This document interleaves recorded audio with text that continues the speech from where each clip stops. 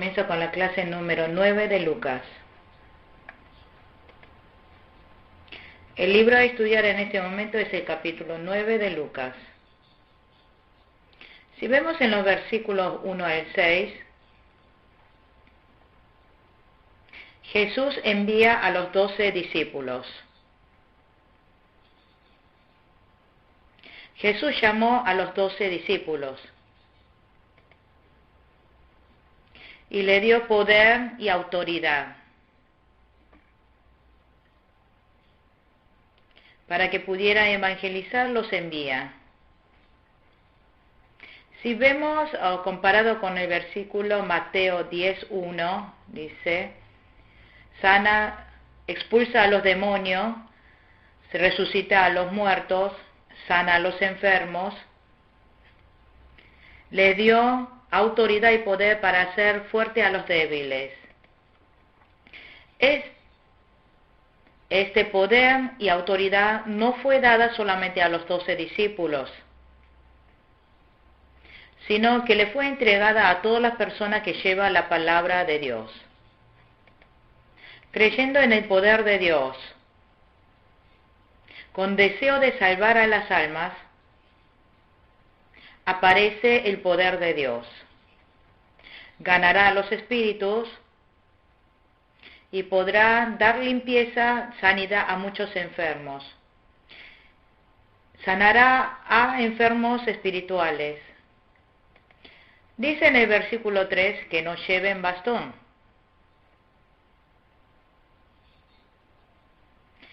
Este bastón en el versículo, el bastón es usado para apoyarse cuando está cansado. Por eso significa que no se apoyen en el bastón, sino solo en Dios. Pero en Marcos 6:8 dice que lleve este bastón, porque en ese versículo el bastón simboliza el poder. En este versículo, sea comida o ropa, sea calzado o bastón, eran necesarias tanto como la bolsa para el viaje.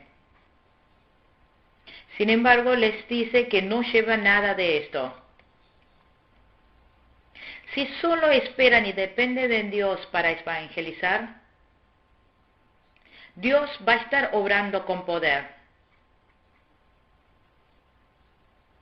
Significa que Él dará para comer y llenará todas las necesidades. En Lucas 22:36, ahora en cambio el que tenga un monedero, que lo lleve a sí mismo, y el que tenga una bolsa y el que nada tenga, que venda su manto y compre una espada. Esto significa que se prepare espiritualmente.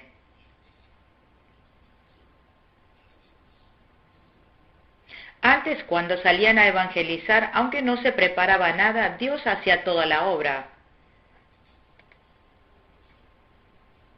Pero sin embargo, ahora están investidos con más poder. Por eso tenían que armarse y debían prepararse espiritualmente en su comida espiritual y habilidad espiritual. Así podría vencer la tribulación. ¿Por qué? Porque ya estaba el tiempo cercano a que Jesús llevara la cruz.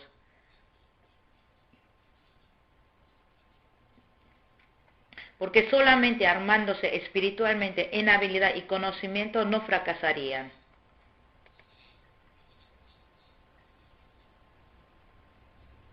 En el versículo 4 dice, en cualquier casa que entren, quédense allí hasta que salgan del pueblo. Pero en Mateos 10:11 Dice que busquen a alguien que merezca recibirlo y quédense en su casa hasta que se vayan de ese lugar. Si fielmente estás llevando el Evangelio, aparecerá de aseguro alguien que quiera colaborar.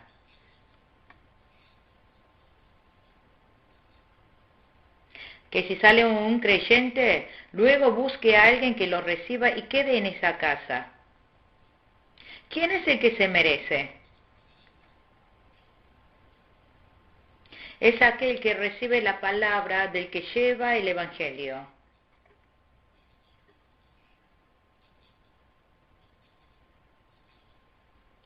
Por eso, es aquel que recibe al enviado, desea ayudar, colaborar y servir. Que cuando se ha encontrado con alguien que se merece, debe quedarse en esa casa hasta que se vaya del lugar. No debe moverse de otro lugar, un lugar mejor, aunque aparezca. Dice en el versículo 5 que sacuda el polvo de los pies.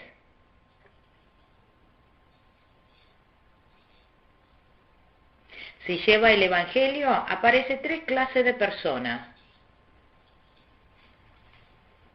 Primeramente es aquel que recibe el Evangelio. Recibe la palabra y obtiene la paz de Dios.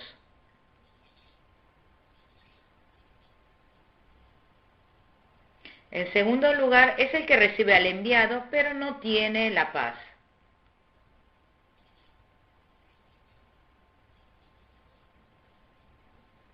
Y en tercer lugar, cuando está llevando la palabra, aparece aquel que no lo recibe y se pone en contra. A estas personas hasta el polvo se debía sacudir. Que no tome nada de lo que hay en esa casa. Significa que no quede endeudado de nada. El enviado no debe corromperse su conciencia por la riqueza.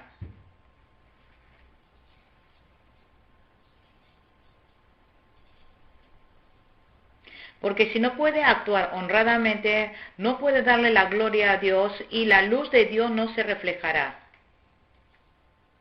Otro significado de que sacuda el polvo de los pies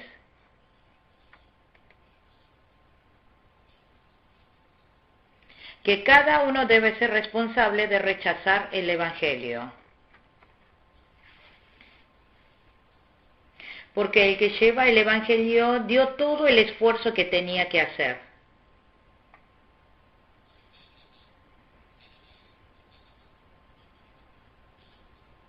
En el versículo 6 vemos que los discípulos, creyendo en el poder del Señor, salió a evangelizar. Con ese poder, llevando el Evangelio, hicieron una gran obra.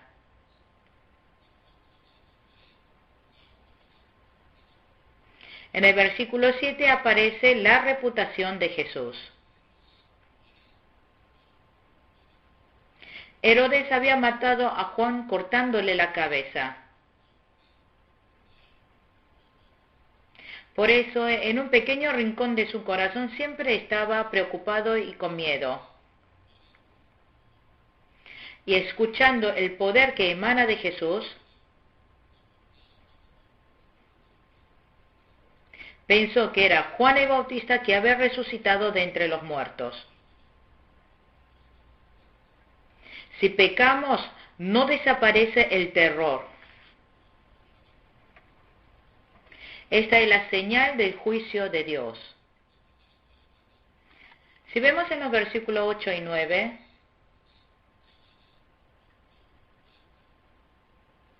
dice que el profeta Elías del Antiguo Testamento tenía que venir antes. Los fariseos les habían enseñado así equivocadamente. Por eso, todo el pueblo, antes de esperar al Mesías, esperaban a Elías. Hubo gente que pensaron que Jesús era Elías. y otros pensaron que era uno más de los profetas. Herodes pensó de Jesús que era Juan el Bautista que había matado cortándole la cabeza. Por eso, con gran temor, quiso encontrarse con Jesús.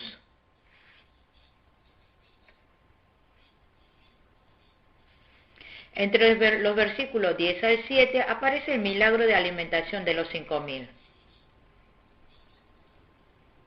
Jesús escuchó la muerte de Juan el Bautista. Por eso fue a un lugar apartado cerca de Betsaida, para tomar un tiempo para orar y pensar.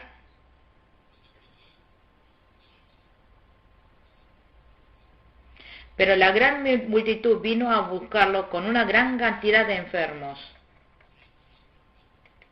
Por eso Jesús le comunicó acerca del reino de Dios. Les tuvo compasión y los sanó. Si vemos en el versículo 12, una gran multitud se había acercado a escuchar la palabra de Jesús. Y se hizo de noche.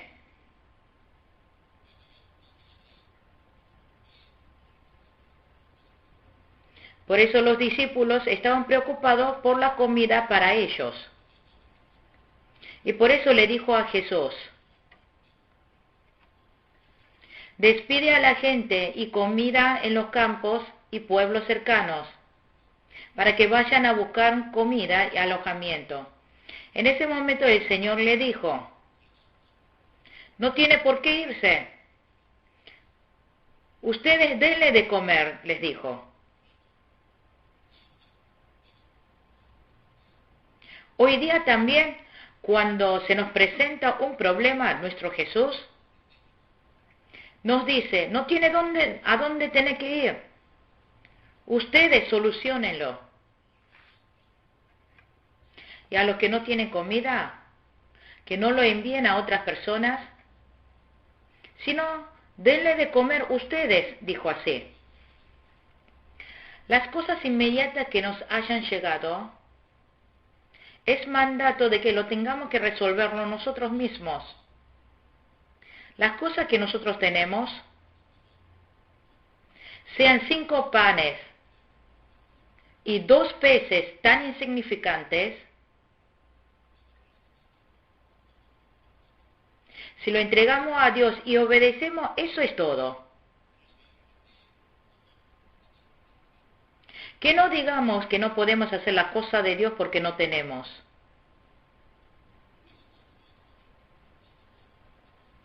Significa que usemos todas las cosas que están a nuestro alcance. En los versículos 14 al 15, después de entregar todo lo que tenían, obedecer a Dios, eso es todo lo que tenemos que hacer. Si nos dice que nos sintamos, nos tenemos que sentar. Si dice que partamos el pan, hay que partir el pan. Entonces, el Dios que supera todo lo humano, obrará con su poder multiplicando todas las cosas.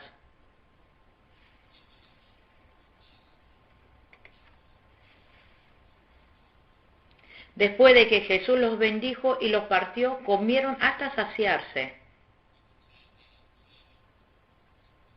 Cuando le dijeron que lo entregara, ellos habían sido bendecidos.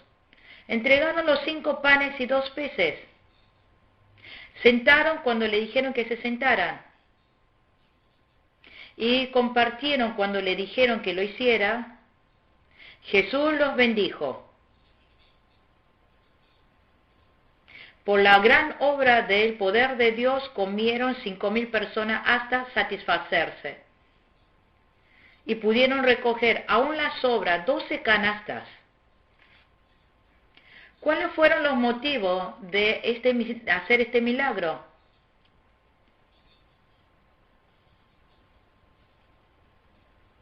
Primeramente señala que Jesús es el cuerpo que habría de partir para darnos vida a todos nosotros.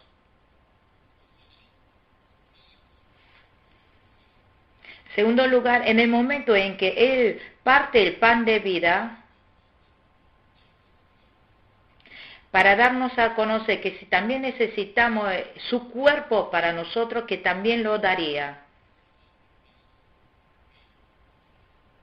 Hoy día también Jesús nos da su propia carne, su propia vida y sangre para darnos vida espiritual. Entonces, ¿cómo es esto de comer la carne y sangre de Jesús? Los que creen en Jesús son los que comen la carne y la sangre de Jesús.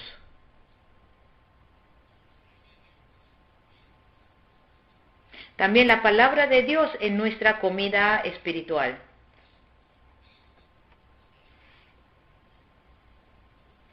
El fiel es el que se alimenta de estos alimentos espirituales. Por eso el espíritu recobra fuerza y puede caminar por el camino de la vida.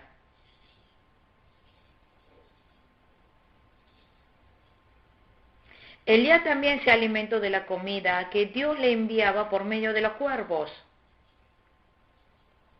y también del alimento que llevaba el ángel y recobró fuerzas. Por eso estuvo 40 semanas y luego fue a la montaña de Dios. Aunque tengamos tan cosas insignificantes como pan de cebada y peces, digamos que es muy pequeño, pero cuando se lo entregamos a Dios en obediencia,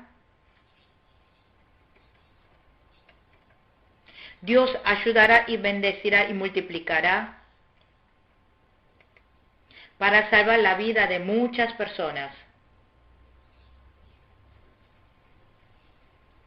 Dijeron que recogieran los 12 canastos. Hay dos motivos por los cuales le dijo que recogieran estas sobras, las 12 canastas. Que significa que la gracia de Dios siempre es abundante y sobrecogedora. En segundo lugar, que no desechemos, aunque sea la sobra de la gracia de Dios. Entre los versículos 18 al 22, habla acerca de la confesión de fe de Pedro. Jesús le preguntó a los discípulos, preguntó, ¿quién dice la gente que soy yo? Esto no fue para conocer qué pensaba la gente del mundo,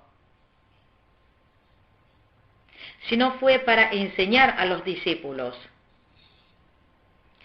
Juan el Bautista. Acerca de Juan el Bautista, personas como Herodes, creyó que Jesús es Juan que había resucitado y que ese poder estaba actuando dentro de él. Acerca de Elías, los judíos, antes de que viniera Cristo, habían creído que Elías habría de venir antes. Por eso había muchos que creían que Jesús era Elías. Y otros creían que era uno de los profetas. Y preguntó entonces, ¿ustedes quién creen que soy yo? Significa que el problema no era qué pensaban los otros acerca de Jesús, sino el problema es qué es lo que los discípulos creen acerca de Jesús. ¿Por qué? Porque Dios trabaja a través de los discípulos. A través de ellos quería edificar el reino de Dios, porque llevaría adelante el movimiento evangelístico. En ese momento Pedro dijo, «Eres el Cristo de Dios», afirmó Pedro. Jesús, tú eres el Cristo enviado por Dios.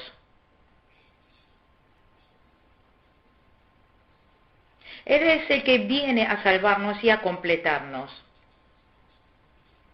En Mateo 16:16 dijo, eres el Cristo, el Hijo del Dios viviente. Jesucristo es nuestro Salvador.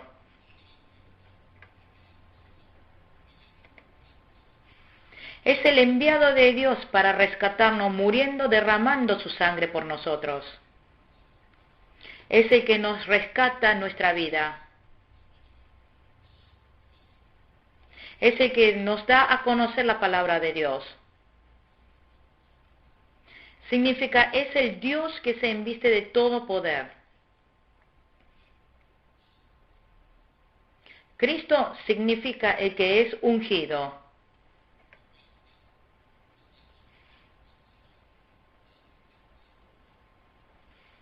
En el Antiguo Testamento derramaban aceite para nombrar a profetas, sacerdotes o reyes.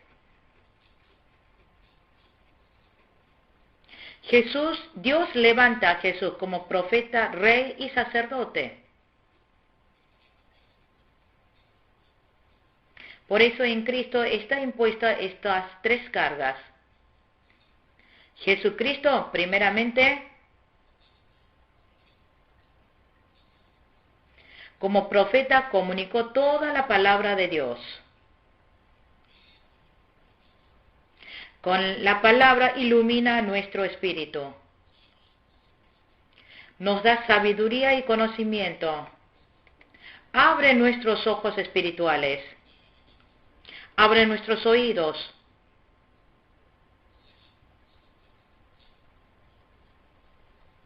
Y ayuda a crecer nuestra sabiduría y conocimiento espiritual.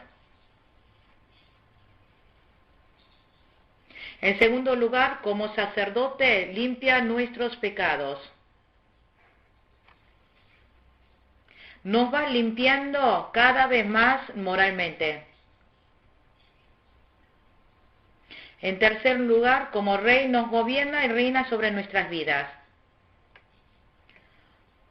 Nos embiste de su autoridad real.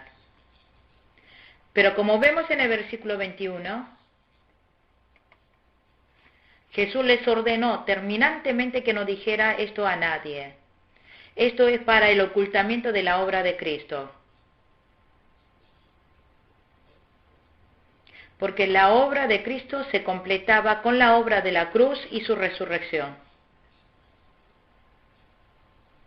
Por eso, hasta que se cumpliese, no podía decirlo.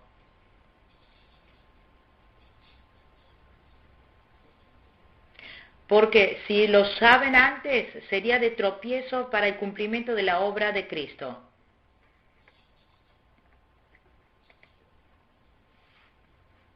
Jesús habla por primera vez acerca de su padecimiento.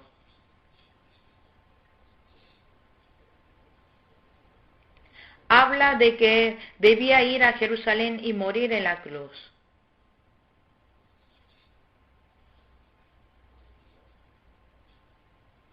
Y también que resucitaría al tercer día. Por primera vez les anuncia a los discípulos. Porque Pedro conocía a Jesús como el Cristo. Por eso, el sufrimiento que debía padecer Cristo, y por decirle acerca de la resurrección de Cristo,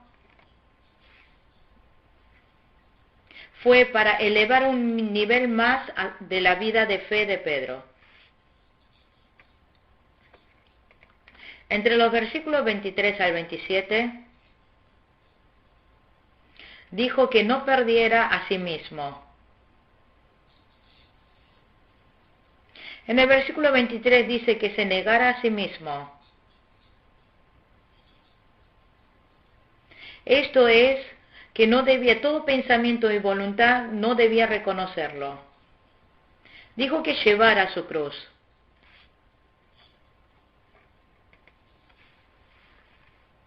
Si quiere seguir a Jesús correctamente, cada uno tiene su cruz que llevar. Esta cruz es el sufrimiento. Si quieres seguir a Jesús, deberá aceptar que sufrirá.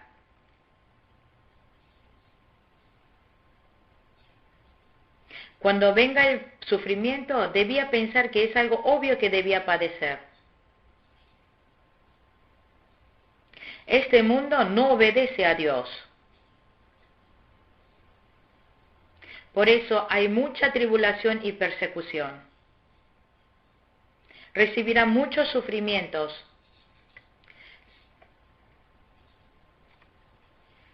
Dice en el versículo 24 que el que quiera salvar su vida la perderá. Si le da importancia a la vida del cuerpo humano, si deja de seguir a Jesús por cuidar su cuerpo, puede perder la vida espiritual. Si desea mantener la vida espiritual, tiene que dejar su vida física. Sea la tribulación que venga, tiene que soportar y seguir a Jesús. Pero el que pierde su vida por mi causa la salvará, dijo.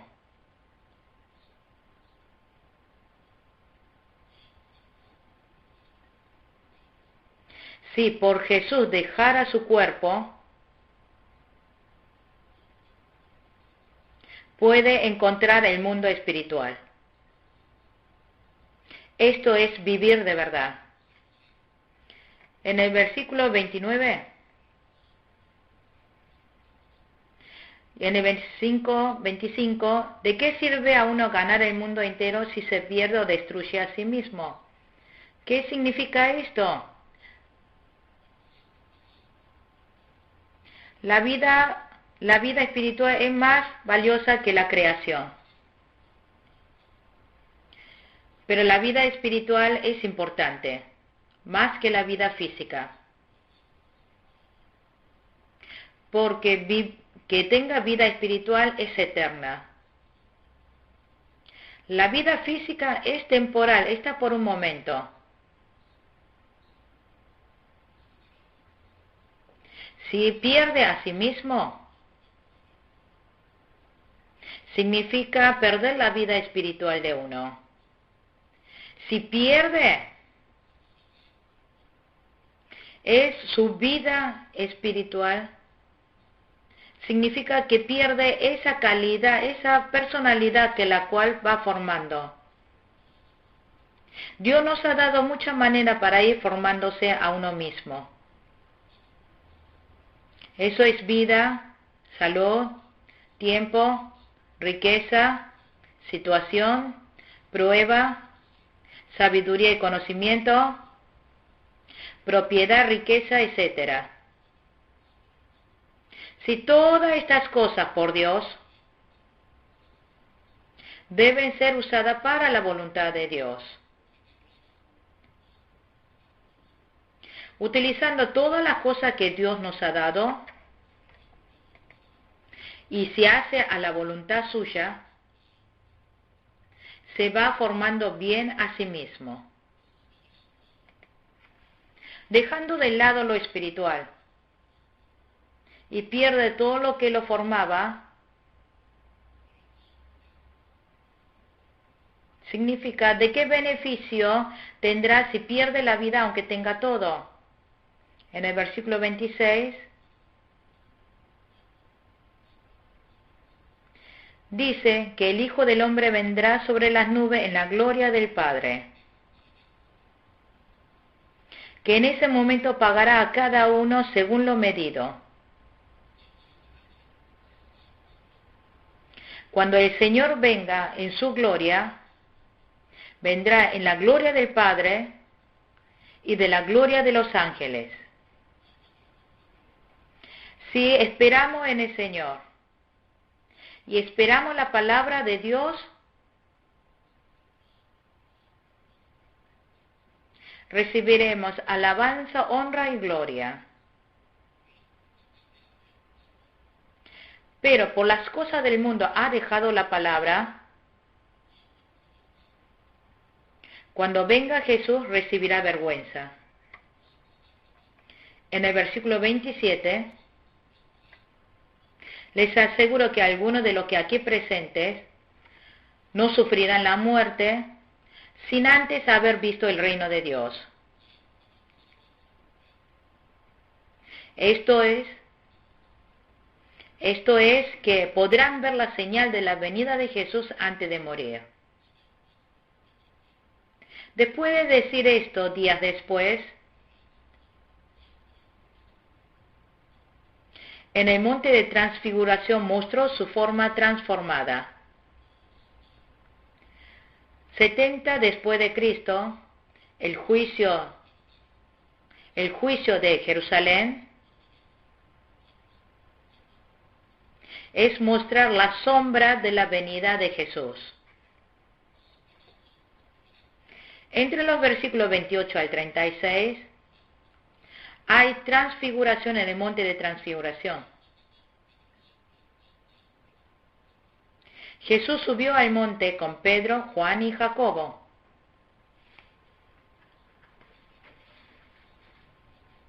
Fue para entrenarlos a ellos especialmente. El hecho de que no llevara a otros discípulos, porque podría haber sido de estorbo para la oración del Señor. Este monte señala el monte más alto de Judea, el monte Hermón. El hecho de que Jesús subiera al monte, primeramente fue para orar. Jesús subía frecuentemente al monte para orar. También oró en Getsemaní.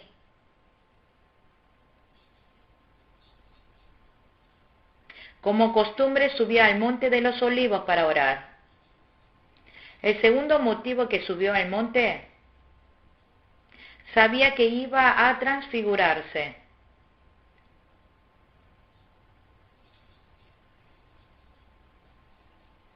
En tercer lugar, subió al monte para apartarse del mundo, se fue lejos. En cuarto lugar, para esperar a Dios. Y con el gran deseo del corazón,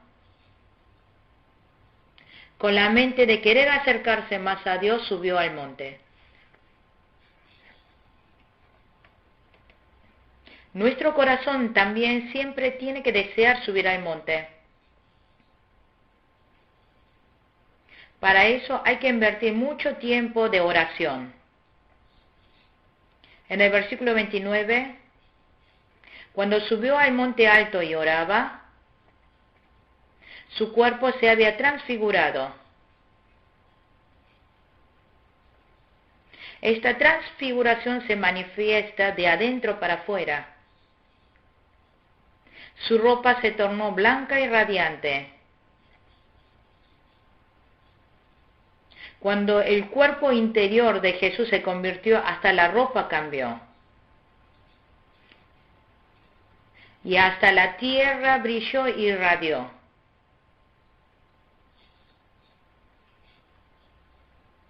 Jesús siempre vivió en medio de la gloria de Dios.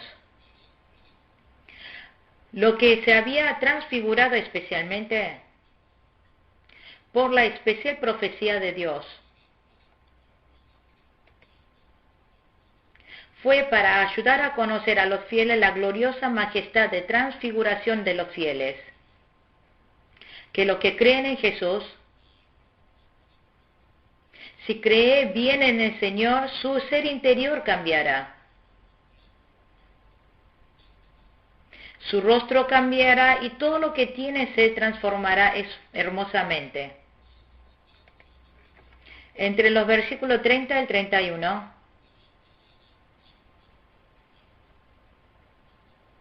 aparece la escena de que Moisés y Elías hablaban junto con Jesús.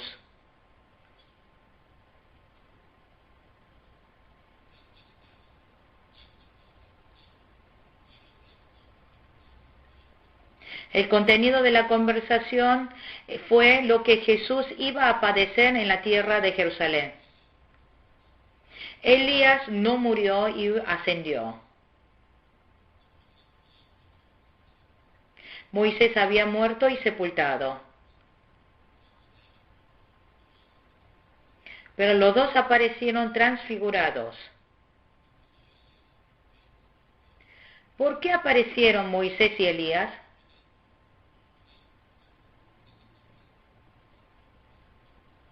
Moisés, porque había escrito el Pentateuco, es el representante de la ley.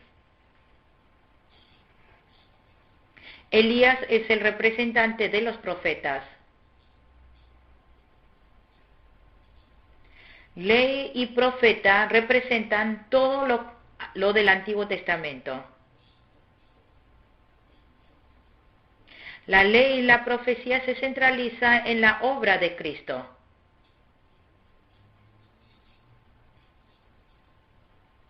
Que es lo que había profetizado la ley y los profetas, Cristo ya había venido.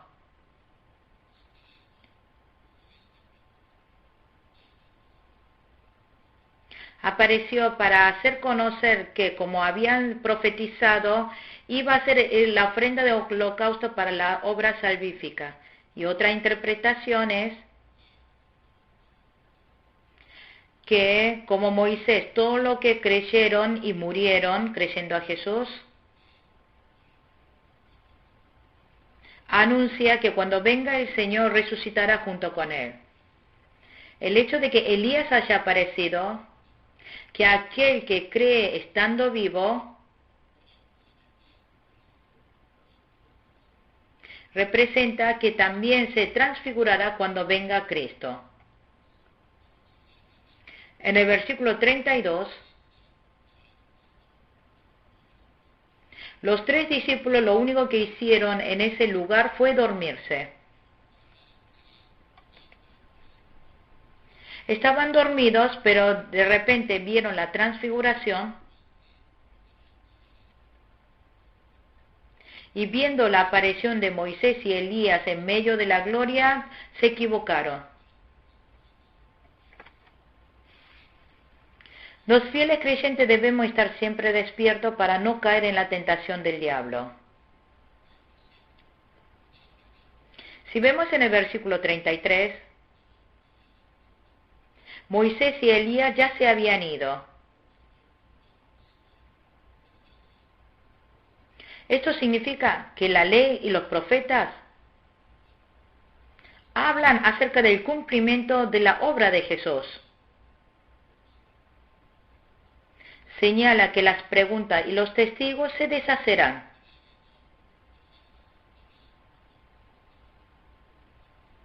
Pedro comete el error de haber dicho, podemos levantar 3 albergues aquí y quedémonos aquí. ¿Por qué fue así? Porque Jesús no es alguien que debía quedarse en una tienda,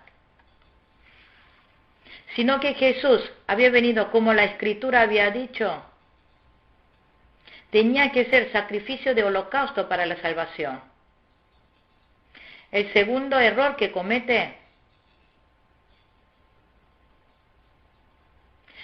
fue que consideró de igual categoría a Moisés y Elías con Jesús.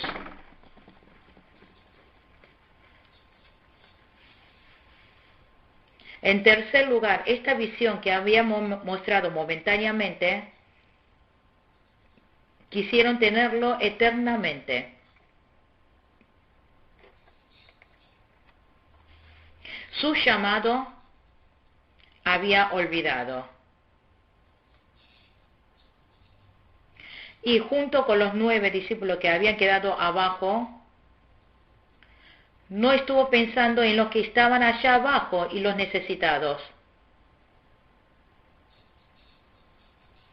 En los versículos 34 al 35, dijo que la nube lo tapó. La nube representa la presencia de Dios. Dijo, este es mi Hijo. Jesús es Hijo de Dios. Por eso Dios le dio todo a su Hijo.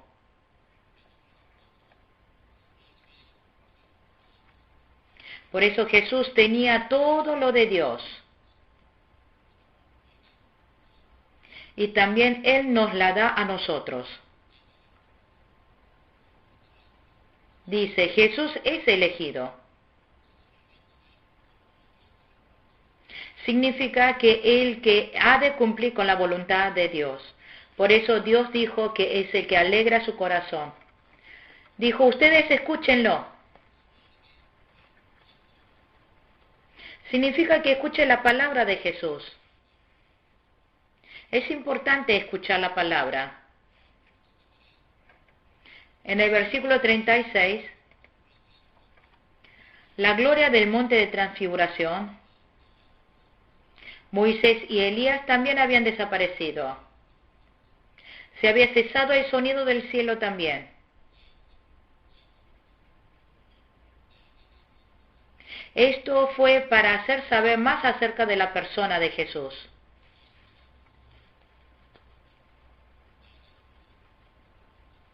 Para hacer conocer qué trabajo debía hacer Jesús.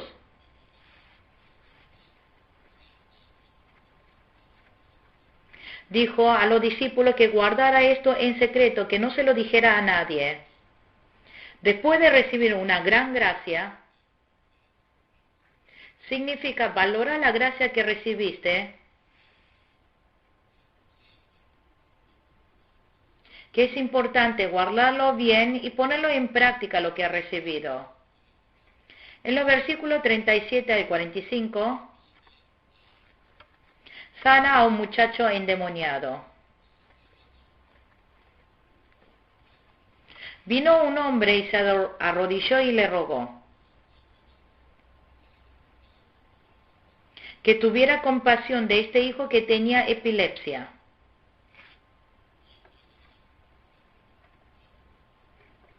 Dice que los discípulos no pudieron echarlos. Por eso en el versículo 41 Jesús les reprende. Aunque Jesús estuvo mucho tiempo con los discípulos, los había guiado y les había enseñado, pero por falta de fe que todavía ellos tenían, se sintió mal, angustiado cuando vio a Jesús que no pudieron echar fuera el demonio. En el versículo 42 dice, reprendió Jesús al espíritu maligno. Y este salió del cuerpo de este muchacho. Desde ese momento estuvo sano. Los discípulos que no tenían fe no pudieron echar fuera. Ante la presencia de la palabra de Jesús no pudo hacer nada y se fue. Y todos los que vieron este suceso quedaron asombrados. Por eso dijo, presten atención. Que significa que lo guarde por mucho tiempo. Dijo que el Hijo del Hombre va a ser entregado en manos de los hombres. Esto es lo que dijo Jesús por segunda vez acerca de su tribulación. Entre los versículos 46 al 48, habla acerca de quién es más grande en el cielo. Los discípulos estaban disputando quién iba a ser más grande en el cielo. Y estaban discutiendo de esto. Se habían puesto orgullosos y vanidosos. Tenían celos y contiendas. Por eso Jesús, sabiendo esto, les enseñó que un niño es más grande en el cielo. Por eso tomó a un niño y lo puso al lado. La característica de los niños es que no se exaltan a sí mismos. Depende de los padres. Desea la leche. Tiene mentalidad de aprender e imitar. Tiene mentalidad de obediencia. Siempre está al lado de los padres y los acompaña. Por eso, si un fiel creyente se hace como un niño, primeramente comprende espiritualmente la palabra de la Biblia. Por eso crecerá y crecerá. En segundo lugar, descubre con mayor profundidad a Dios. En tercer lugar, se forma la imagen de Cristo en esa persona. Por eso esta persona será el mayor.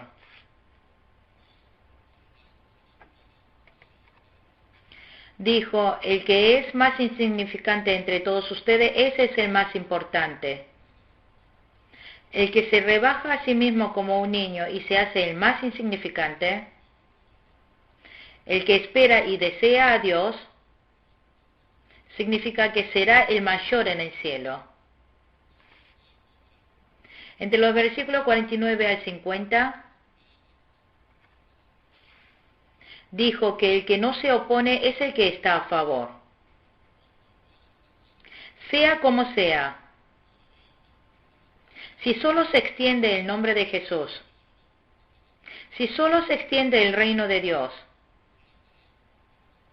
será a favor del reino de Dios. Entre las personas que lleva el Evangelio, cada uno tiene llamado, medida, niveles diferentes. Por eso en el versículo 51 al 54 habla acerca de la oposición de los samaritanos. Cuando Jesús estaba subiendo a Jerusalén, subió ya sabiendo lo que le iba a pasar. Pero para subir a Jerusalén, pasar por Samaria era el camino más corto.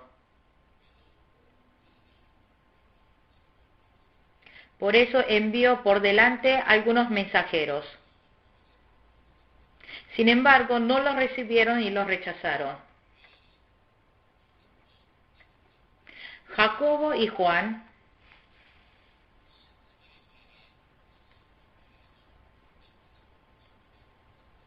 le pidió al Señor que haga caer fuego del cielo para que lo destruya. Pero Jesús se volvió a ellos y los reprendió. Que Jesús no vino para juzgar, sino que vino para salvar. Por eso se fueron por otro camino. No rechazó a los que no lo recibieron, ni se perturbó su corazón, y se fue por otro camino. En los versículos 57 al 62, tuvo conciencia principal de porvenir. Una persona vino a Jesús, le dijo, donde vayas yo iré contigo. Pero Jesús no quiso ni agarrarlo. Tampoco lo trató con mucha gentileza. Las zorras tienen madrigueras y las aves tienen nidos. Dijo, el Hijo del Hombre no tiene dónde recostar la cabeza. El que quiera seguir a Jesús, estaba diciendo y mostrando que es camino de sufrimiento. Pero a otro Jesús le dijo, sígueme. Pero pidió primero que dejara ir a enterrar a sus padres. No era que sus padres ya se habían muerto y tenía que sepultarlo, sino que después de vivir con los padres, ya cuando ellos se mueran, después de enterrarlo, que seguiría a Jesús. Esto es decirle a Jesús que lo iba a seguir más tarde. Y dijo, deja que los muertos entierren a sus propios muertos. Aquí los muertos son muertos espirituales. Dejaron de seguir la palabra. E ir a enterrar a los padres es cosa de muertos. Esto no es algo que los fieles creyentes deberían hacer, sino son cosas que los incrédulos hacen. Pero dice que la tercera persona dejó a su familia y lo siguió al Señor. Esta persona detiene por un momento el seguir a Jesús, después de despedir a su familia, que seguiría a Jesús. Para esta persona era más importante su familia que seguir a Jesús.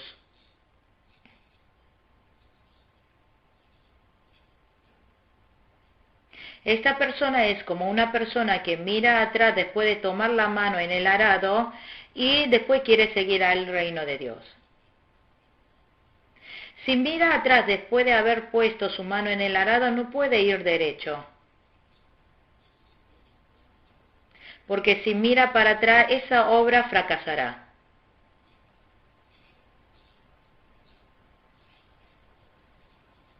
Por eso, el que mira para atrás no es apto para el reino de Dios. Con esto concluimos el capítulo 9 de Lucas. Muchas gracias.